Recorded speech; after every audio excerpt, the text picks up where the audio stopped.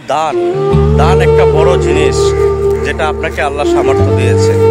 আপনি গরিবদের দান করুন, এটা অনেক ধরনের ফজিলত, কিন্তু সেই দান অবশ্যই হইতে হবে গোপনে। আপনি এই মিডিয়ার মাধ্যমে বা আপনার মোবাইলে ভিডিও করে একটা ব্লগ তৈরি করে কাউকে হয়তো একটা ঈদের জন্য বাজার করে দিলেন, বা একটা শপিং করে দিলেন, বা কিছু কাপড় দিলেন, সে তাৎক্ষণিক খুশি হয়ে গেল, কিন্তু তার মনের ভিতরে একটা কষ্ট রয়ে যাবে যে আমি আজ গরিব বিদায় হাজার হাজার মানুষ এই ভিডিওটা দেখতেছে, লক্ষ লক্ষ মানুষ এই ভিডিওটা দেখতেছে, আমি দান নিচ্ছি।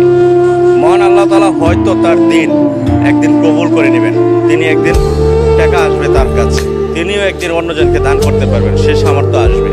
কিন্তু আপনি যে তাকে দান করলেন, দান করে যে ভিডিওটা অনলাইনে পোস্ট করলেন, এই ভিডিওটা তো সারা পৃথিবী যতদিন থাকবে এতদিন আপনার অনলাইনে রয়ে যাবে। সে যখন একজন গরিব মানুষ থেকে একজন পরিপূর্ণ স্বাবলম্বী হয়ে উঠবে, তখন তার সামনে এই ভিডিওটা আসবে, বা তার আত্মীয় স্বজন দেখবে যে আপনি একদিন রাস্তায় দাঁড়িয়ে দান নিয়েছেন, অমুক আপনাকে দান দিয়েছে, এই ভিডিও ফেসবুকে ছাড়েছে। তাহলে আপনি চিন্তা করুন, মহান আল্লাহ তাআলা যা তখন তাকে স্বাবলম্বী করবেন, তখন তিনি যদি দেখে আপনি তার ভিডিওটা ফেসবুকে ছেড়ে দিয়েছেন দান করে, তখন তার মন আর তার কষ্ট পাবে, কারণ তখন আর তিনি একজন অসহায় মানুষ নয়, মহান আল্লাহ তাআলা তার দিন পরিবর্তন করেছেন, তখন তিনি আরেকজনকে দান করার সামর্থ্য রাখেন। সুতরাং কাউকে দান করে সেটা ফেসবুকে পোস্ট করে বা ভিডিও বানিয়ে টাকা কামানোর উদ্দেশ্যে কাউকে দান করবেন না।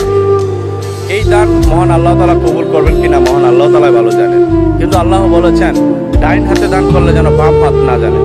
আর আমরা কি করতেছি, রাস্তার মাঝখানে শত শত মানুষকে দাঁড় করিয়ে দান করতেছি, ব্লগ তৈরি করে দান করতেছি, মানুষকে দেখাচ্ছি আমি দান করছি। এতে কি হচ্ছে, আপনি লাভবান হচ্ছেন, যাকে দিচ্ছেন সে তাৎক্ষণিক লাভবান হচ্ছে, কিন্তু দীর্ঘমেয়াদী কিন্তু সমস্যার সমাধান হলো না। সে যখন এই দান থেকে বেরিয়ে আসবে, নিজে স্বাবলম্বী হবে, তখন মনে অনেক কষ্ট পাবে, তখন চিন্তা করবে আমি একদিন এত গরিব ছিলাম যে আমাকে রাস্তায় দাঁড়িয়ে দান নিতে হয়েছে। অর্থাৎ কারো ভিডিও পারমিশন ছাড়া ফেসবুকে বা কোনো সোশ্যাল মিডিয়ায় বা ইউটিউবে ছাড়াটা মোটেও উচিত নয়, এটা রীতিমতো একটা অন্যায়। আপনি তার আত্মার সাথে, আপনি তার ব্যক্তিত্বের সাথে অন্যায় করলেন। আপনার কষ্টে উপার্জিত টাকা দান করবেন, এটা সবচেয়ে বড় ইবাদত, কিন্তু আপনি সেই দান অবশ্যই মানুষকে দেখিয়ে করবেন না, মানুষের সাথে মিলে একসাথে ভিডিও করে দান করে ফেসবুকে পোস্ট করবেন না। মনে রাখবেন, আল্লাহ তাআলা আপনাকে আজ এই অবস্থায় রেখেছেন, কাল হয়তো উনি আপনার অবস্থানে আসবেন, তখন কিন্তু আপনার সেই পরিস্থিতি হতে পারে। কখনোই মানুষকে দেখিয়ে দান করাটা আমাদের জন্য শুভ নয়, আমরা এটা মানুষ হিসেবে করতে পারি না। দান করতে হবে গোপনে, মহান আল্লাহ তাআলা আমাদেরকে কবুল করবেন।